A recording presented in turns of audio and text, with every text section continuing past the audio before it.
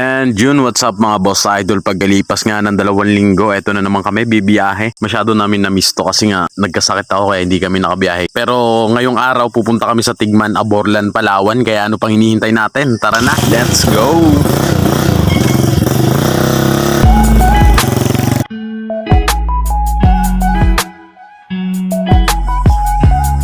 Ayan nga, kung mapapansin mo, pasikat pa lang yung araw pag alis namin at nasa biyahe na kami para ma-enjoy na rin yung biyahe. Kasi napakasarap talaga bumiyahe pag mga gantong oras. Kasi nga, ayun, malamig yung paligid, yung hangin. Siyempre, ma-enjoy mo yung sikat ng araw. Siyempre, tulong pa rin yung vitamin sa katawan, di ba? At yan na nga, nakarating na kami dito banda, papasok sa, ano ba to, Plaridel? Parang, basta, dito may papasok dito, tapos dito na lang kayo pumasok. At yan na nga, mga ilang minuto lang nakikita na namin ang dagat. Ayan na, let's go. Sobrang excited ko na. At kung nakikita nyo nga, may bangka rin dito sa unahan. At yan na nga pala yung bangka na maghahatid sa amin. Charot. Hindi. Yan nga pala yung bangka. Ewan ko kung para saan to. Basta nakadaong lang dyan. At ano pa nga bang inihintay natin? Tara na, enjoyin na natin to. Surprise! At syempre pagbaba nga namin agad kay Baldog, eto na nga yung bumungad sa amin. Grabe, sobrang ang ganda talaga ng view sa mga gantong lugar. Sobrang simple lang, yung tipong Parang nagiging musika yung hampas ng alon sa dagat. Charot.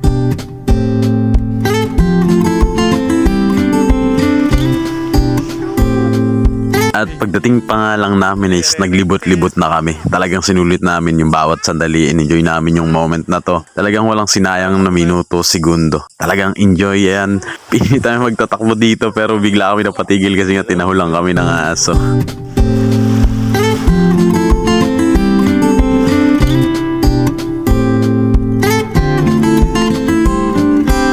Grabe, after 2 weeks na hindi kami nakabiyahe, 2 weeks din na puro lang trabaho, yung sobrang, alam mo yun, yung sobrang pagod o yung stress ng buong 2 linggo na yun talagang napawi dahil sa biyahe namin na to. Talagang syempre yung ambience, sobrang ganda. Syempre, kasama ko pa yung pamilya ko, di ba? Ang sarap sa pakiramdam.